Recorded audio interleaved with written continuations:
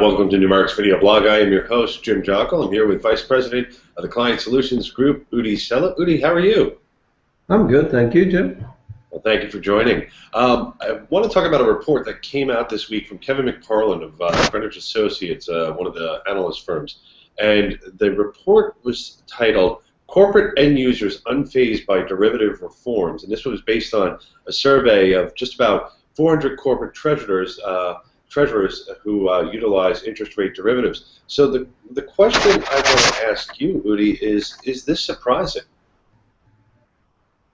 I guess not so much, because in terms of, if you can look at this, or you can slice it in various ways.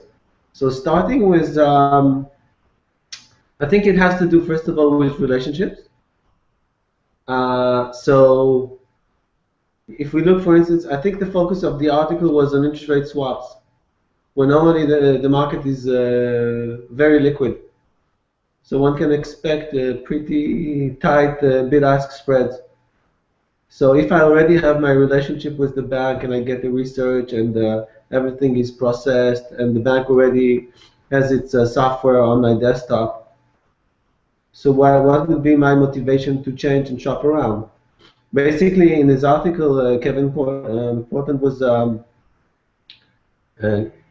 making the assumption that increasing regulation would mean that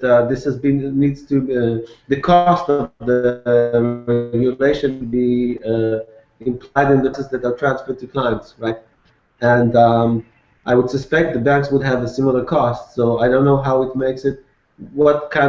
How much difference would that make to the corporate? If you're already being serviced and you already have the relationship and so forth. So one of the questions, though, is, as Dodd-Frank was rolling out, there was large debate about corporate end user exemption from a lot of these rules. However, the banks themselves are not exempt. So one would assume, regardless of this quote-unquote being unfazed, we'll still start seeing more movement to central clearing because of the regulatory capital charges imposed by the banks with the corporate end user who is exempt, but the banks themselves are going to have more regulatory capital held against them for those trades. So when would, one, do you agree with that assumption in terms of a general movement towards central clearing as well as SEFs? And two, what potential impact would that have for the corporate user with less optionality to engage in bilateral trades?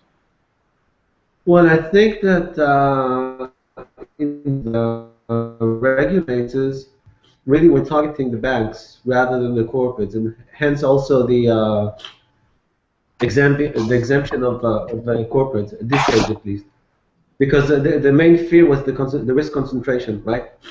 So yes, I think that we will see dramatic changes, mostly in the inter-dealer market. So we will see more and more deals going into SEFs and then being cleared centrally. We will see more of deal compression, but again, deal compression is performed mostly between the market makers rather than the corporates. And eventually, another thing that I think we will see is, and we're starting to see, is the futurization of swaps. So basically, corporations or corporate treasurers could go directly and buy and sell future contracts on interest rate swaps, and thus mitigate the exposures. You will still see usage of swaps. For instance, if you have corporates that finance themselves taking a foreign currency loan. So take a case like Hungary, where the interest rate is much higher than the Eurozone. And what corporates tend to do there is take loans in Swiss francs and then swap them into Hungarian forints. So this is probably something that we'll continue seeing, because this is a real commercial flow, if you like. And so, just kind of, clearly we all like to think we have a crystal ball. Corporates will be affected by this trend, but, to Kevin's assertion, it's not happening. But, what kind of time frame could we kind of expect, do you think? Are we 1 year away, 2 years away, for this transformation to begin? I actually think that we will start seeing or we'll see more traction next year to 2015. So take, for instance, the EMIR regulation in Europe. I think it will push it will push corporates and asset managers more to organized trading, if you like, and organized clearing. So if I had to bet, I would put that when we'll have this conversation next year, hopefully at the same time, you will see that more flows of the buy side will actually go into organized trading and clearing. Well, thank you, Udi. And so why don't we take out our Outlook calendars and put something on the calendar for this time next year exactly to see kind of where we are today.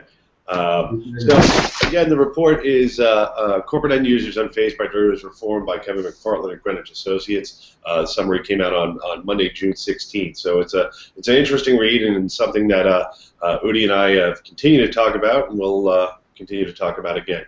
Thank you so much for your time today, Udi. Thank you very much, Jim. It was a pleasure.